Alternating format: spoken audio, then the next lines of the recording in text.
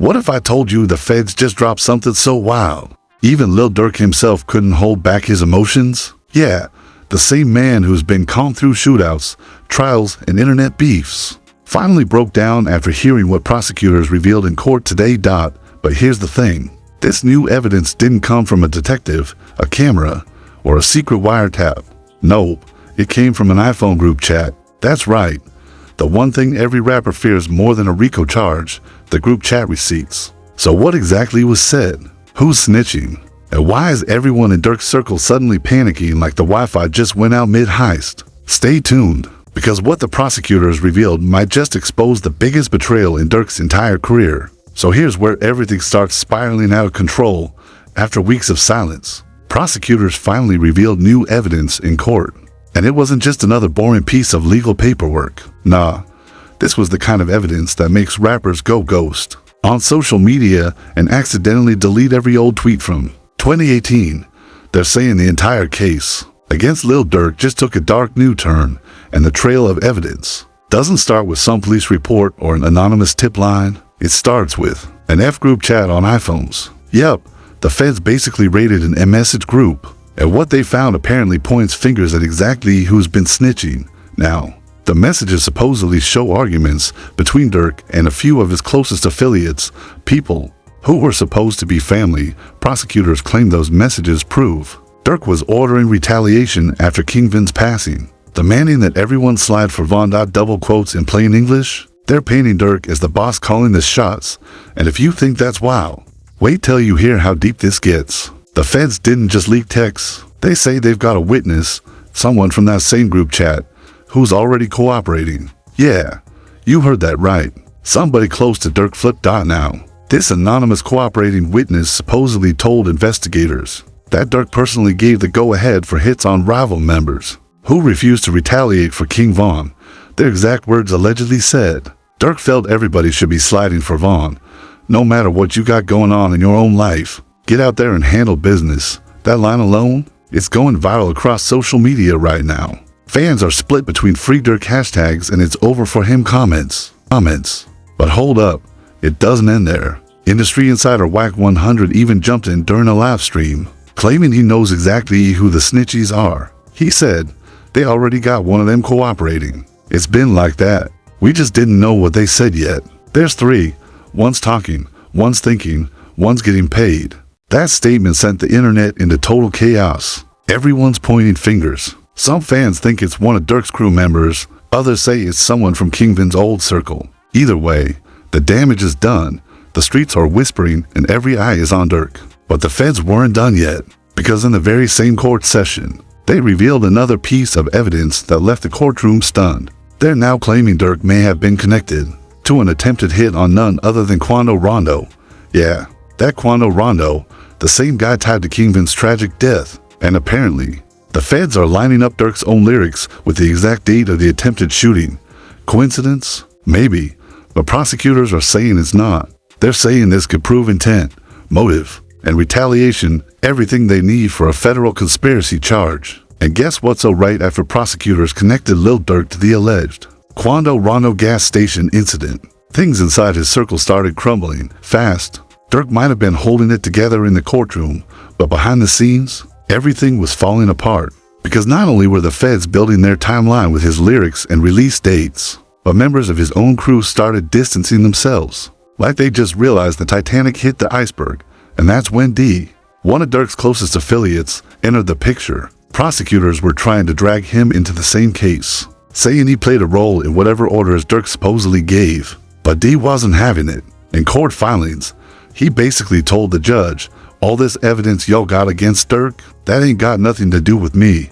He wanted his case separated, what they call a severance, which, to the average person, sounds harmless. But in this world, that's a massive deal. Because when one defendant asks to be removed, it usually means someone else is about to take the fall alone. Now, here's where things take a wild turn. While D was holding it down, staying loyal, saying he wasn't turning on Durk, his younger brother Lil Ted was caught up in something that might have destroyed everything. Lil Ted got arrested at a local gas station with a firearm tucked in his jeans. Nothing too crazy at first. Just another day in Chicago, right?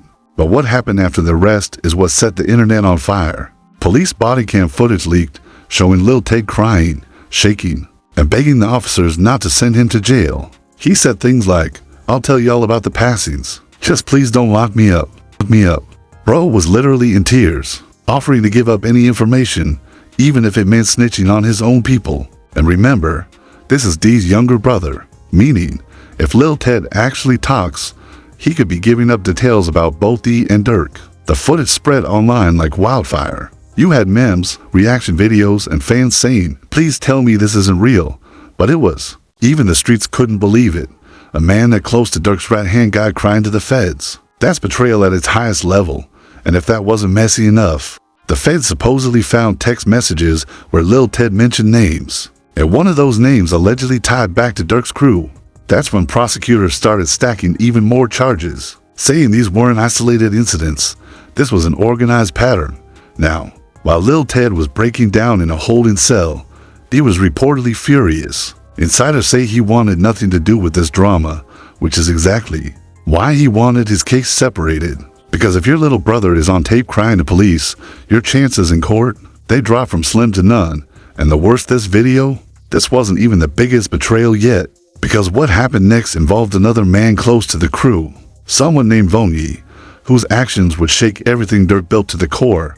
And this is where everything completely explodes.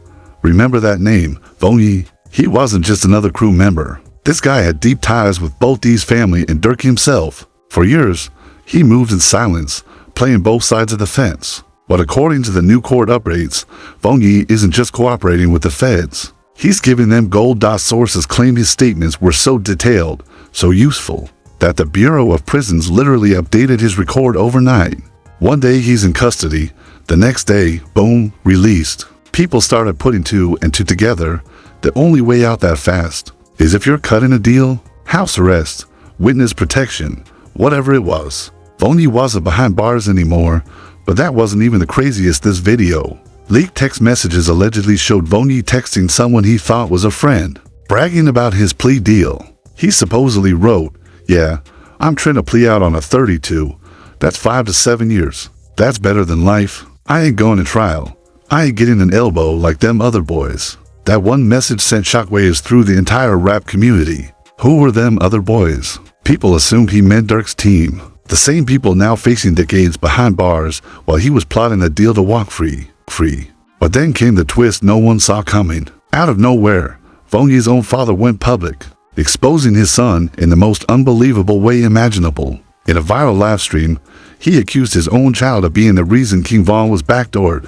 According to him, when Durk supposedly asked if it was open, Vonyi replied, "It's off the hinges." In street language, that's a death code.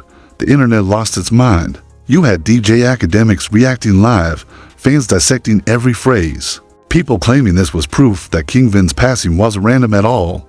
It was orchestrated. The feds even compiled everything the father said into an official evidence file. Suddenly, this wasn't just rap beef anymore. It was turning into a full-blown federal conspiracy. But Durk's lawyers weren't going down quietly. They filed motions arguing the second superseding indictment was too vague, saying the prosecutors never even showed when, where, or how Durk supposedly placed a bounty on anyone. They demanded exact times, dates, and coded language translations. Basically, they were saying, if you've got evidence, prove it.